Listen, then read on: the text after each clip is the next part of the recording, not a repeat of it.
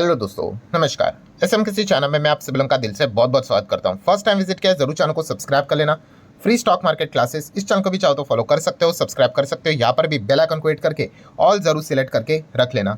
इस चैनल का लिंक आपको ऊपर आई बटन पे नीचे डिस्क्रिप्शन में मिल जाएगा। सो चले दोस्तों, फिलहाल इस वीडियो को स्टार्ट कर लेते हैं।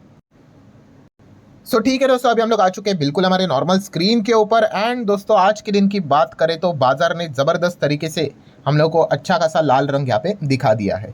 ठीक है, तो आप देख सकते हैं 1.5% तक सेंसेक्स में गिरावट होते हुए देखने को मिली। निफ्टी की भी वही सिचुएशन थी, 1.5% डाउन, कह सकते हैं 350 पॉइंट से ज़्यादा की गिरावट हम लोग को देखने को मिली है। एंड मोस्ट इंपॉर्टेंट पॉइंट कौन सा है, 24,000 के लेवल के नीचे आ गए। ठीक है, सो जो बहुत मुश्किल से 24,000 को काट कर ऊपर चले गए थे, वो वापस हम लोग को उसको तोड़कर वापस मार्केट नीचे आते हुए देखने को मिल चुका है। मतलब वापस बियर जबरदस्त तरीके से एक्टिव होते हुए देखने को यहाँ पे मिल चुके हैं। सो डेफिनेटली मार्केट में तेजी मंदी यहाँ पे चलती रहती है। सो आज की गिरावट की अगर हम लोग बात करें तो ऑब्वियसली ये चीज़ें पूछी ही जाती है कि भाई ऐसा क्या कारण है जिस चीज़ के चलते इतना ज़बरदस्त प्रेशर हमारे मार्केट में यहाँ पे देखने को मिल गया। सो दोस्तों, डेफिनेटली हम यहाँ पे कह सकते हैं इसके पीछे दो अच्छे खासे कारण हम लोग को देखने को यहाँ पे मिल रहे हैं। ठीक है, अगर आपने कल का आखिरी वीडियो देखा होगा, ठीक है, तो उसमें वो वाले पॉइंट्स भी हम लोगों ने कवर यहाँ पे किए थे। एंड उसी का ही मेजर रिएक्शन हम लोग को देखने को यहाँ पे मिल रहा है।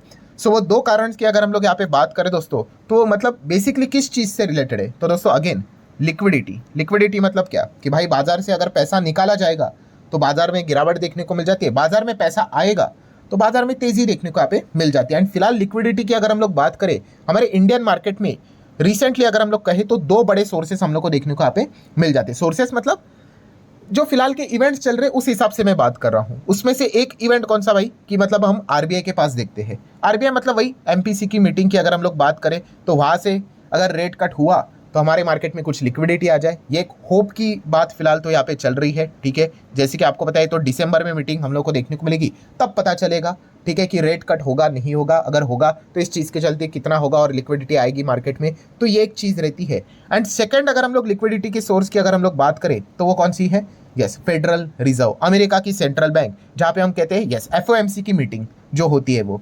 ठीक है, तो वहाँ पर भी हम लोग क्या करते हैं, इंटरेस्ट रेट कट होगा कि नहीं, क्योंकि अगर वहाँ पे अगर इंटरेस्ट रेट कट होगा तो ऑब्वियसली उससे रिलेटेड जो बेनिफिट है हमारे मार्केट को काफ़ी अच्छी तरीके से मिलता है। क्योंकि अगर वहाँ पे अगर लोन सस्ता हुआ तो वहाँ के जो इन्वेस्टर है सस्ता लोन का पैसा उठाकर इमर्जिंग मार्केट में निवेश करते हैं। एंड इमर्जिंग मार्केट में सबसे अच्छा क्वालिटी का मार्केट अगर देखने को मिल रहा है टॉप 3 में, तो हमारा मार्केट ज़रूर देखने को मिल जाता है। सो ऑब्वियसली अमेरिका में रेट कट होना हमारे लिए एक पॉजिटिव सिग्नल माना जाता है। एंड इसी से रिलेटेड अगर हम लोग यहाँ पे बात करें दोस्तों, तो सपने थोड़े से कमजोर होते हुए देखने को मिल रहे हैं। किस चीज़ के सपने, कि अमेरिका में रेट कट के चांसेस अभी बहुत कम होते हुए देखने को मिल रहे हैं। एंड इसी से रिलेटेड कल दो बड़े इंडिकेशन अमेरिकन बाजार में हम लोग को देखने को मिले।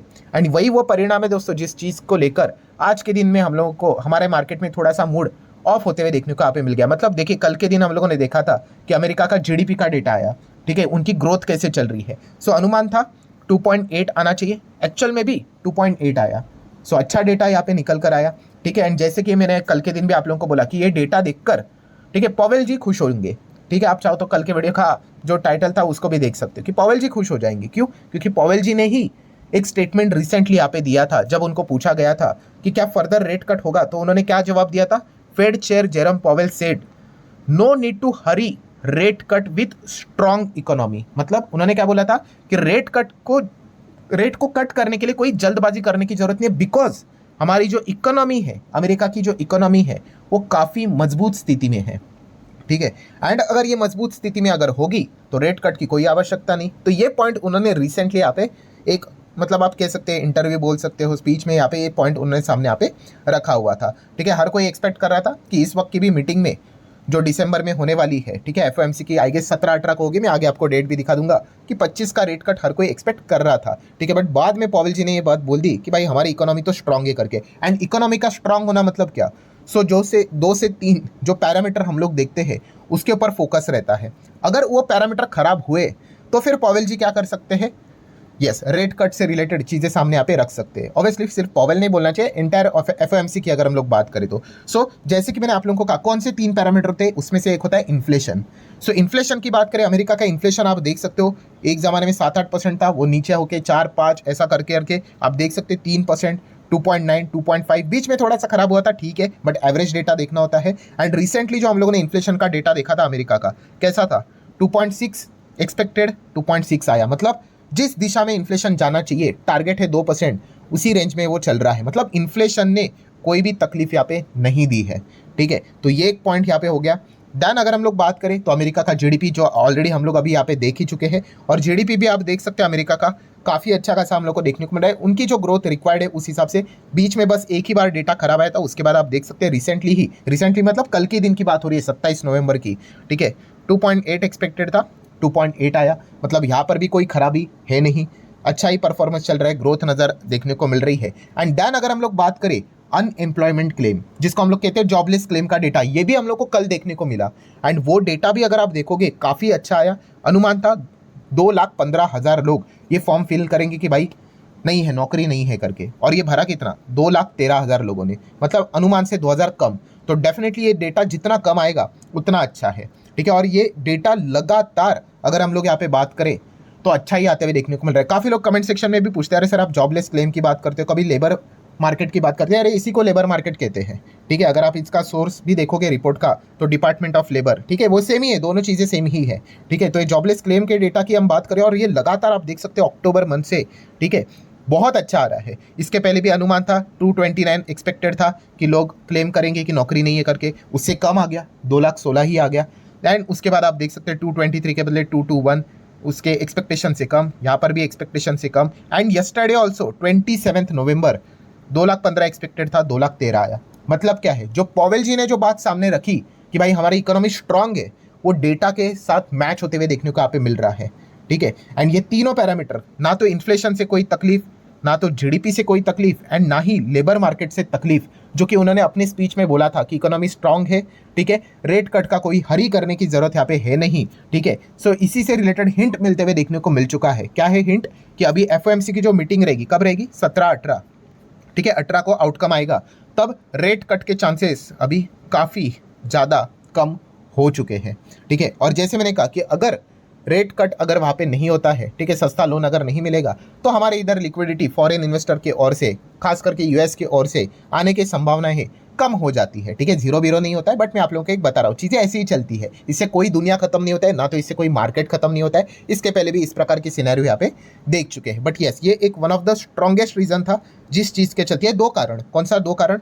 एक जीडीपी का, अमेरिका का जीडीपी कल अनुमान के हिसाब से ही आया, एंड जॉबलेस क्लेम का डेटा वो भी काफ़ी अच्छा आया, अनुमान से बेटर, ठीक है। मतलब उनकी इकोनॉमी स्ट्रांग है, माइट भी रेट कट नहीं होगा। एंड इसी चीज़ को लेकर हमारे बाजार में ये हम लोग को पैनिक देखने को यहाँ पे मिला था। मतलब वो कैसे? तो अगर हम अमेरिका की मार्केट की भी बात करें, नैस्डैक की बात करें, टेक्नोलॉजी की बात करें, तो हम लोगों ने देखा था इन्फोसिस का एडीआर भी कल अच्छी तरीके से गिरा था, विप्रो भी ठीक ठाक हम लोग को गिरावट दिखाते हुए देखने को यहाँ पे मिल रहा था। एंड हमारे जो जितने भी इंडाइसेस है, ठीक है, आज के दिन मिक्स रिएक्शन तो देखने को मिल जाते हैं, बट सबसे ज़्यादा पिटाई किसकी हो गई?